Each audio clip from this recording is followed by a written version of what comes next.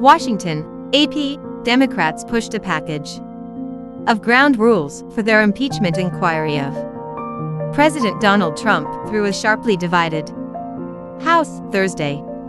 The chamber's first formal vote in a fight that could stretch into the 2020 election year. The tally was 232 to 196, with all Republicans who voted opposing the resolution. Just 2 Democratic defectors joined them: freshman Rep. Jeff Van Drew of New Jersey and 15-term veteran Representative Colin Peterson of Minnesota, one of his party's most conservative members. Both represent GOP-leaning districts, though the vote was technically over the rules that will govern the process. Each side used it to accuse the other of having already decided whether Congress should wrench Trump from office.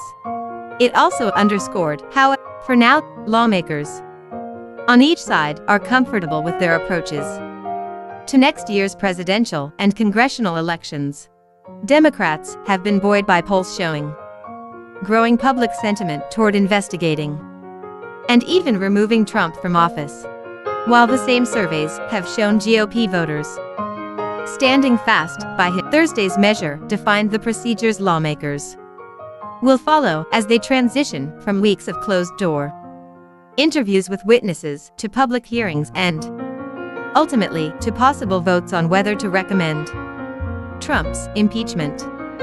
The vote, which occurred on Halloween, drew a familiar Twitter retort from Trump, the greatest witch hunt in American history, and White House Press Secretary Stephanie Grisham accused House Speaker Nancy Pelosi and the Democrats of an unhinged obsession with this illegitimate impeachment proceeding.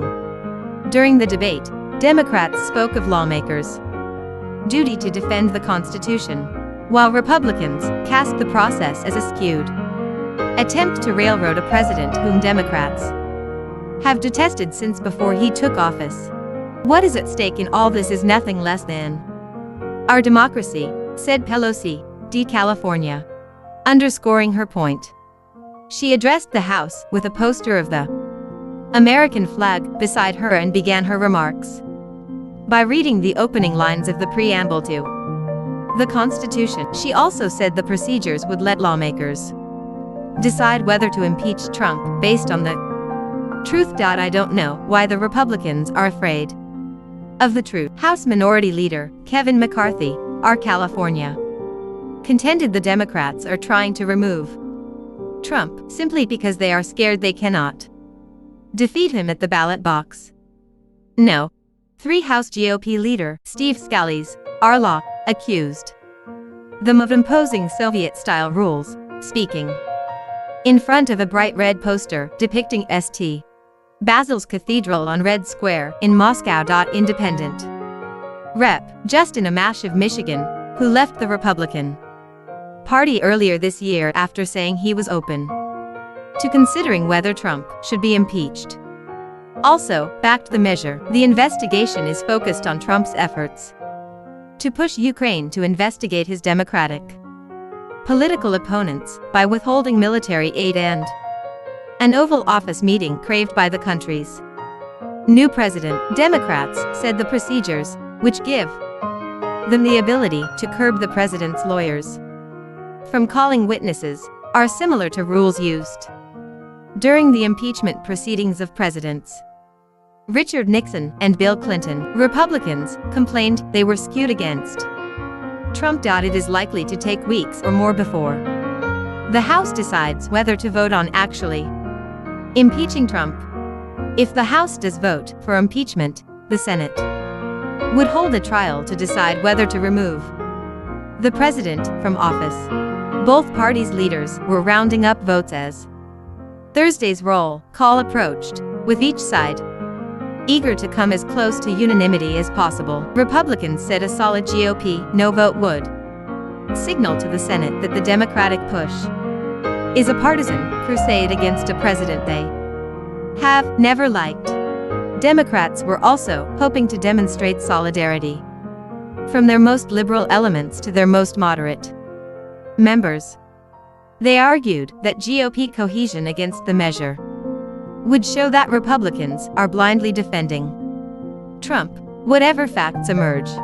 Republicans said they'd use the vote to target freshman Democrats and those from districts Trump carried in 2016. They said they would contrast those Democrats' support for the rules with campaign promises to focus on issues voters want to address, not on impeaching Trump. Pelosi decided to have the vote following weeks of GOP claims that the inquiry was invalid because the chamber had not voted to formally commence the work. The rules direct House committees to continue their ongoing investigations of Trump. Democrats hope Thursday's vote will undercut GOP assertions that the process has been invalid because the chamber hadn't formally voted to start the proceedings. They note there is no constitutional provision or House rule requiring such a vote. The rules lay out how the House Intelligence Committee, now leading the investigation by deposing diplomats and other officials behind closed doors, would transition to public hearings. That panel would issue a report and release transcripts of the closed-door interviews it has been conducting. The Judiciary Committee would then decide whether to recommend that the House impeach Trump. Republicans could only issue subpoenas for witnesses to appear if the committees holding the hearings approve them, in effect giving Democrats veto power. Attorneys for Trump could participate in the Judiciary Committee proceedings. But in a bid for leverage, panel chairman Gerald Nadler, DNY, would be allowed to deny specific requests by Trump representatives if the White House continued refusing to provide documents or witnesses sought by Democratic investigators. Associated Press writers Andrew Taylor and Lisa Mascaro contributed to this report. This story has been corrected to say poster showed St. Basil's, not Kremlin.